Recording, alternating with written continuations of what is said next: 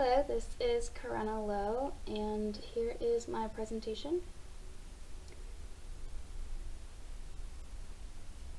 So the first question that students might have is, why did we get everything equal to 0? So like, why is everything on this side?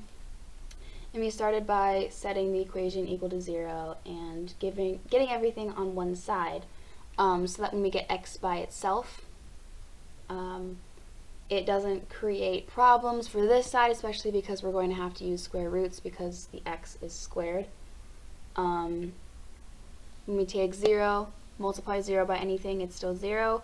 If we take 0 divided by anything, it's still 0. The square root of 0 is still 0, so it makes everything easier for us to solve for x. So in the video, he started by dividing everything by a. And this is a very good idea.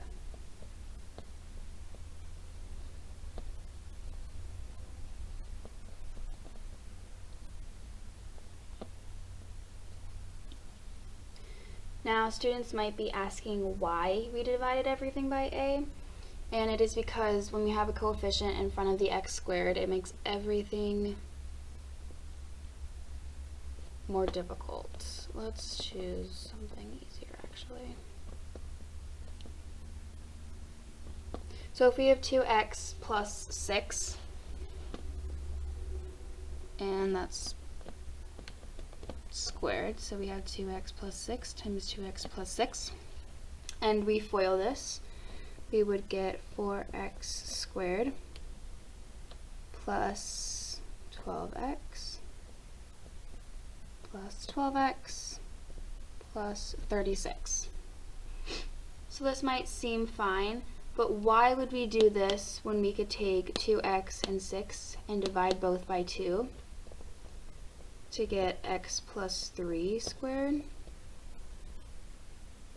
And so that way, when we FOIL it, we get the simplified version,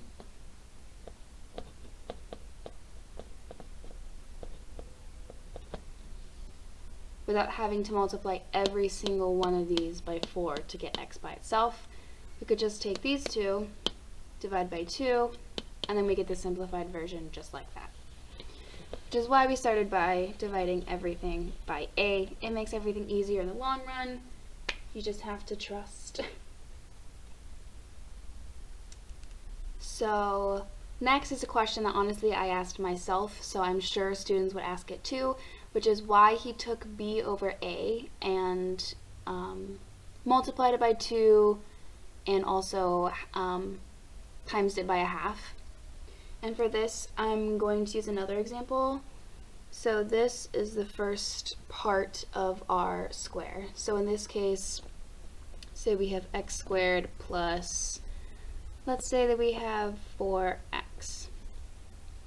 We know that this part must be equal to x plus 2 because 2 times x and 2 times x is 4x. So we know that it must equal that. And so we can write it like this. So now that we have this, we know this equals this. These equal this. But this is really x squared plus 2x times 2, which is why we have to take this divided by 1/2, because this divided by 2 is equal to 2. So 4 divided by 2 is 2, which is why we use 2 here. So we need to figure out a way to basically factor these without knowing what our value is for here, like once we take 2 times 2. So with that, we know that we have to take something times 2 to get b over a. So the easiest way to kind of cancel that out is to also times by 1/2, because 2 is just 2 over 1, so 1/2 is 1 over 2, which is why we're taking b over a and we're multiplying it by 1/2, so that we get x plus b over 2a, which is just 1/2, 1b and 2a, but we don't need to put the 1 there. And we know that this squared will give us something. The next question that I asked myself, which means I'm sure that other students would ask too, is why does b over 2a, like what does b over 2a mean? So we haven't actually explained it so far in my presentation, but when we take x plus 2, for example, and we FOIL it, we get x squared plus 2x times 2, and then 2 times 2 is equal to 2 squared, which is equal to 4. So we know that when we take this, we have this. So to get the 2 times 2, we know that we need to take this factor, which in this case, the 2 is equal to b over 2a. We know that we have to take that and square it so that we can get the correct answer. So if we get rid of this, which would be equal, this would be equal to x plus 2 squared if we use this example. We know that we would get x squared. We have b over ax. And we know that that has to be b over 2a squared, which is equal to r2 squared.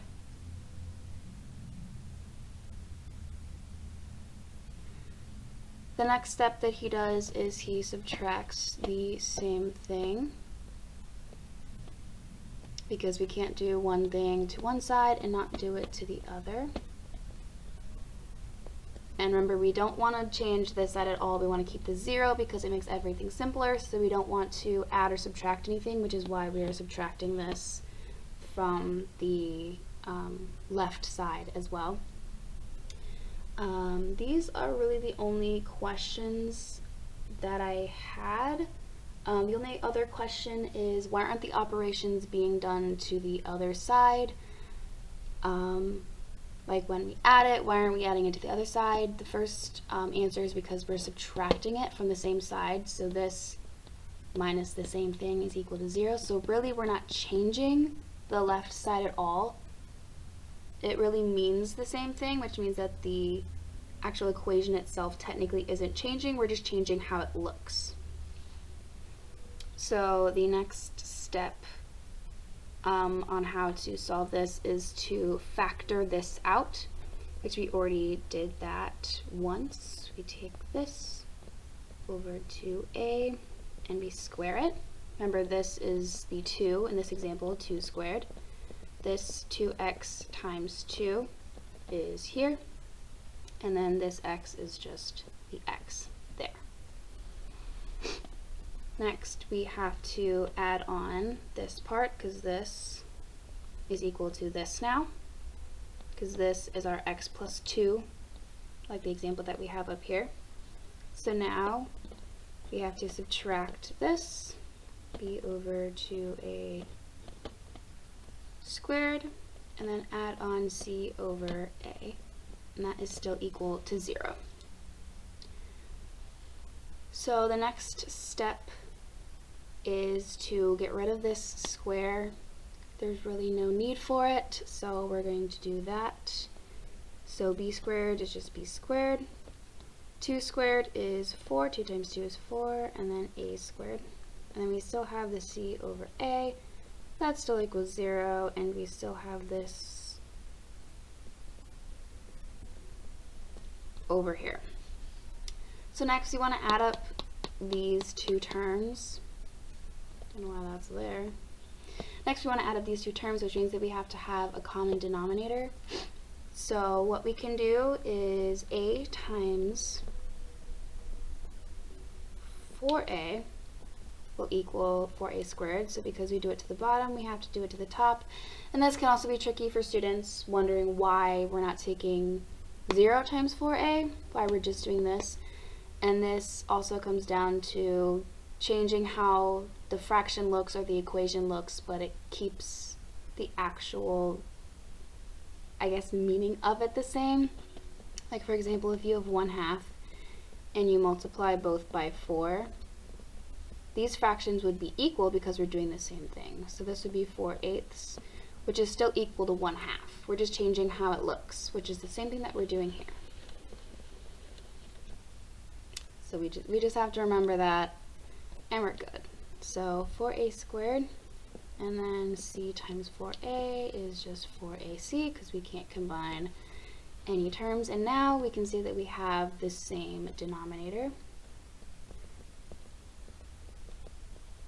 So now we can put them together, at least the tops together, plus 4ac.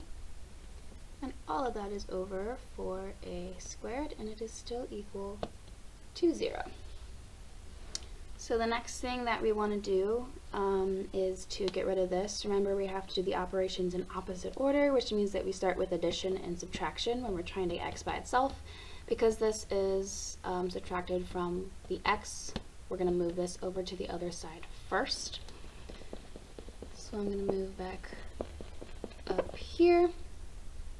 And we're going to take x plus b over 2a squared. That's going to equal b squared plus 4ac. That is all over 4a squared. So the next thing that we want to do is to get this solved. So now we have to start with the squared because it's in brackets. We can't do anything inside until we get rid of the brackets. So we're going to start by square rooting because squaring and square rooting are opposites. I'm going to get rid of that so that we have some room. So when we take this and we square it, we're going to square this whole entire thing. So this cancels out here. So we just have x plus b over 2a.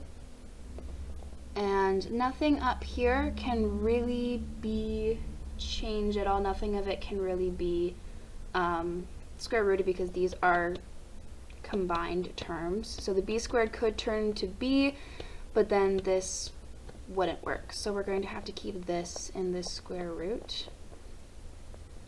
But this down here actually can be, so 4, square root of 4 is 2, 2 times 2 is 4. And then a times a is equal to a squared, so we know that is 2a. Now the only thing that we have left is this b over 2a. So we're going to just subtract b over 2a from both sides, subtract b over 2a, which gives us x is equal to, we have this, which have the same denominator. These will cancel out, of course. So because these have both 2a in the denominator, we can push these two together. So we can take negative b. Now we know that this is plus or minus because this is a radical, which means that, like, say a negative 2 times a negative 2 is 4, a positive 2 times a positive 2 is also 4, so we have to put the plus or minus sign there. We're going to put what we had in there already. And we know that this whole entire thing is over 2a